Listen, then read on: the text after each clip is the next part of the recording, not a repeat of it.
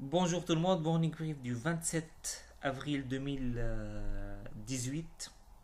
Alors le marché hier euh, s'est soldé par une nouvelle baisse 0,39%. Nous sommes désormais à 13,23% pour le tune index depuis le début de l'année. Le volume hier sur le marché était 5 millions d'euros, essentiellement grâce à Servicom, 885 000 titres, dinars, pardon, et Tenel Holding, 583 000 dinars. Meilleure performance SOPAT. On note surtout Tenet Holding à 9 dinars 5 et la Sotuver 6 dinars 21 plus 3,15%. Côté baisse, c'est essentiellement Tunisair, donc après ce qui s'est passé durant son assemblée générale.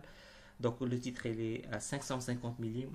La SOTT elle a pris ses indicateurs d'activité euh, moins bon que prévu, moins 4,39%, et Tawassul qui compte tenu sa baisse moins 3,7% à 260 millim. On note hier qu'il y a eu une transaction de bloc de 500 000 titres sur SAH.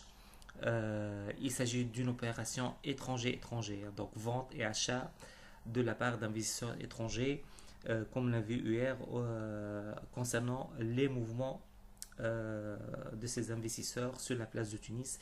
Alors il y a eu cette publication. On rappelle que depuis 3 jours, il n'y a pas eu de publication de ce fichier, mais hier, la bourse a rectifié le tir. On vient de publier pour la séance d'hier et pour les deux séances précédentes. Le principal mouvement pour hier concerne la BNA 3000 titres, achat. Vente, c'était plutôt la SOPA 10 000 titres et la SFPT 4500 titres. On note pour la séance du mercredi l'acquisition de 15 800 titres PGH, 6 300 titres BNA et la cession de 5 220 titres Eurocycle et 9 000 titres Carthage CEMAD. Je cède maintenant la parole à Rania pour commenter la communication financière de la BNA. Merci Bassem. Je commence par les indicateurs de la BIAT.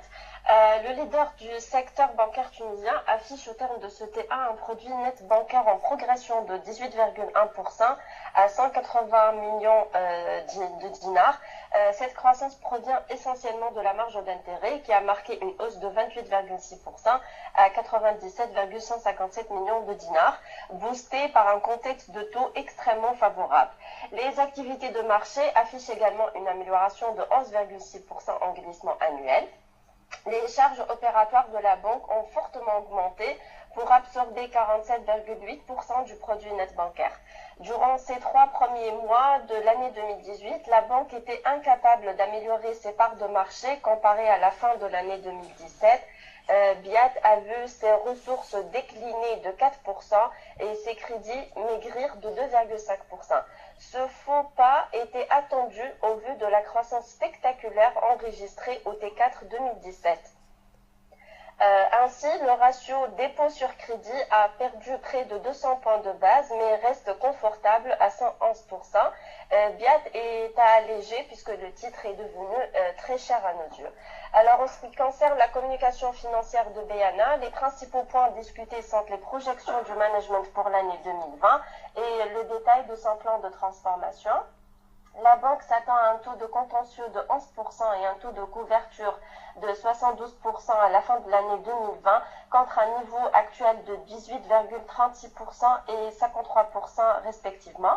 La banque poursuit son plan de transformation dans la mise en place d'un système global banking prévu pour l'année 2020. La banque compte également maîtriser sa gestion de risque avec l'adoption d'un projet de scoring et un système de notation interne. Je cède maintenant la parole à Imen. Merci Rania, bonjour tout le monde. Dans un communiqué rendu public hier, Monoprix annonce un résultat consolidé décevant de moins 0,32 millions de dinars, bien au-dessous des 2,3 millions de dinars attendus par Alpha Mena. Monoprix annonce également un résultat individuel de 4,422 millions de dinars.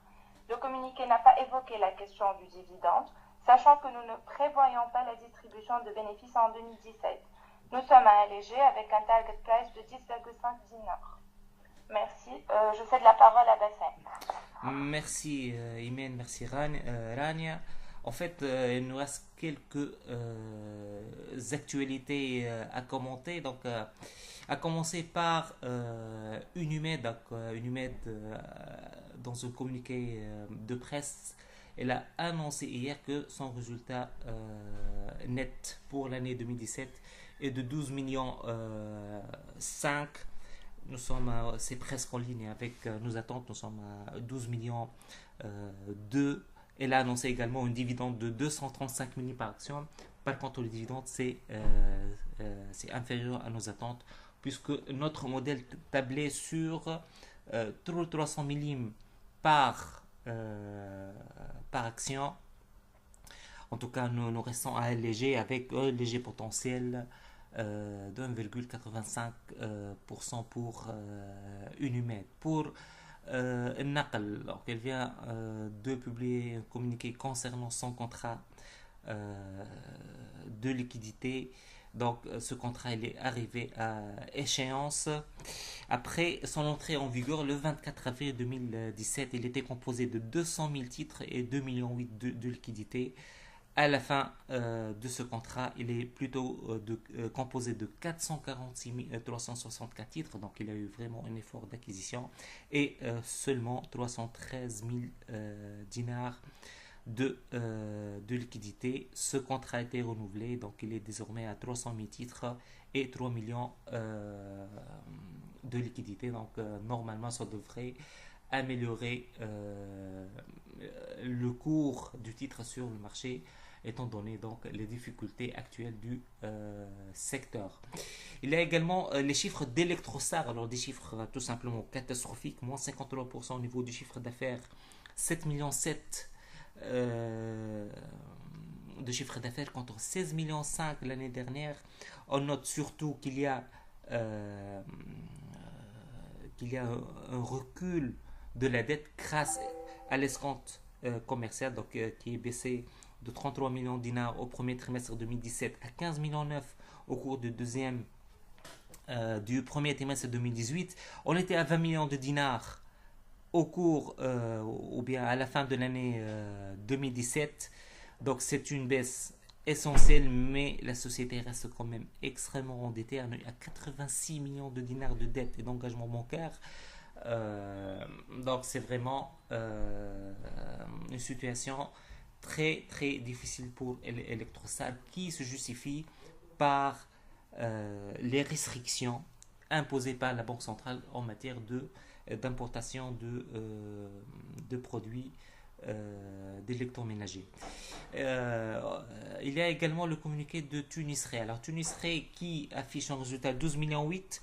C'est un résultat qui est 12 millions 2. Par contre, ce résultat était à 14 millions 5 quand même en 2016. Donc, on est bien sûr une baisse des résultats. Par contre, la compagnie maintient son dividende à 500 millions. Toujours dans l'assurance, Star a publié hier ses états financiers.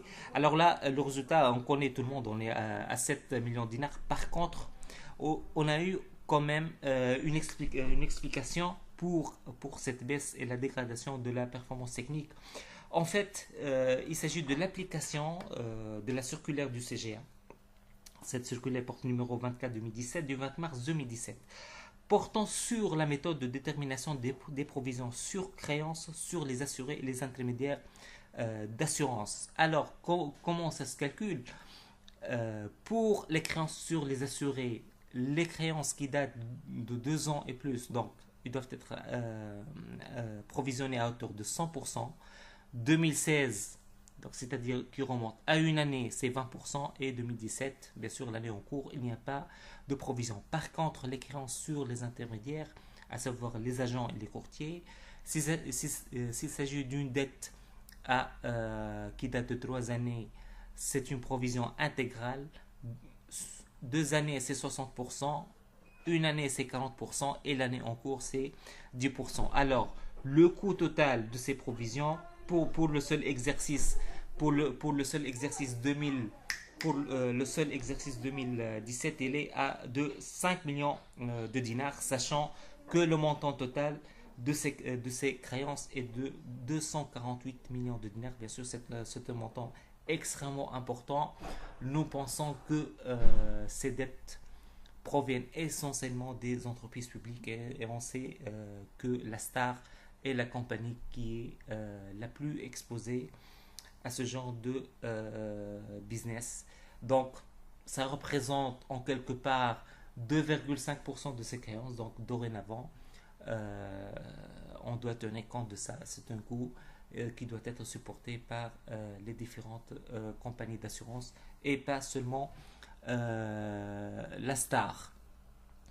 Dernière information concerne TPR avec CFI qui de nouveau se montre acheteur du titre TPR, 99 000 titres acquis à 3,99 et 4 dinars 0,46. Enfin, on rappelle qu'aujourd'hui c'est la dernière date pour régler la parité pour l'augmentation de capital par attribution d'actions gratuites de la SCBT. Donc, donc le détachement sera effectué le lundi et donc il faut penser à avoir un nombre d'actions qui est multiple de 4 pour éviter le casse-tête de la gestion des droits durant les jours qui suivent. On rappelle donc qu'il s'agit d'une attribution d'actions gratuites, une action pour 4 anciennes. C'est ce qu'on a pour aujourd'hui. Je vous souhaite un excellent week-end et à lundi.